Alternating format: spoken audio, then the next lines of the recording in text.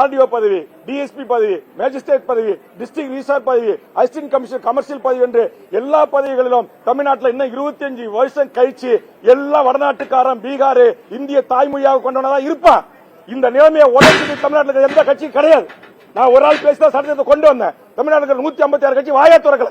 சேகர் பாபு அவர்கள், நீ எதற்கெடுத்தாலும் முந்திரி கொட்டை மாறி முந்தி பேசுகிறாய், எல்லாம் தெரிந்தவர் போல் பேசுகிறாய் என்று ஒருமையில் என்னை குறித்து பேசினார்.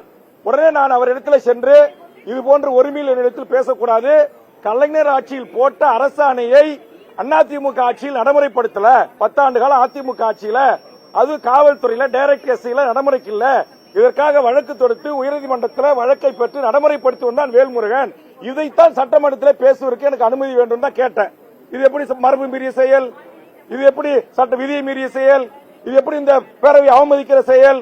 அப்ப சேகர் பாபு தவறான தகவலை நான் இருக்கைக்கு வந்து அமர்ந்த பிறகு சொல்லி அதை மாண்புமிகு முதலமைச்சர் அவர்கள் தவறாக புரிந்து கொண்டு வேல்முருகன் இந்த அவையில் தவறாக நடந்து கொள்கிறார். மாண்புமிகு தமிழ்நாடு முதலமைச்சர் அவர்களே, உங்கள் தந்தை முத்தமிழறிஞர் கலைஞர் அவர்கள் தமிழ்நாட்டில் பாடமொழி, பயிற்சி மொழி, எல்லா மொழியும் தமிழா இருக்கணும்னு சொன்னாங்க. அந்த உத்தரவு கடந்த கால ஆட்சியில் நடைமுறைப்படுத்தல. தமிழ்நாட்டுடைய வேலை வாய்ப்புகளை 20% உங்க தந்தை உத்தரவு போட்டாரு.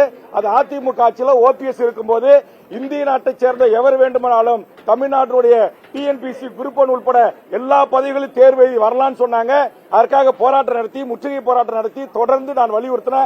அதிமுக ஆட்சியில் கண்டுகள. நீங்களாச்சு சட்டத்தை திருத்துங்கன்னு சொல்லி நான் தான் சட்ட திருத்தத்துக்கு முன்மொழிந்த அந்த அடிப்படையில் தான் கடந்த கூட்டத்தொடரில் அண்ணன் பழனிவேல் பிடிஆர் அமைச்சராக இருக்கின்ற போது தமிழ் வழியில் படித்தவர்களுக்கு 40% மதிப்பெண் எடுக்கணும், அல்லது இந்திய நாட்டை சேர்ந்த எவர் வேண்டுமானாலும் தேர்வு எழுதலாம், எவனாலும் உள்ள வரலாம் நிலை இருக்கு, அது கூடாது. இன்னைக்கு அதிமுக ஆட்சியில் இவ்வளவு பெரிய அநியாயம் அக்கிரமம் தமிழ் மக்களுக்கு ஏற்பட்டிருக்கு.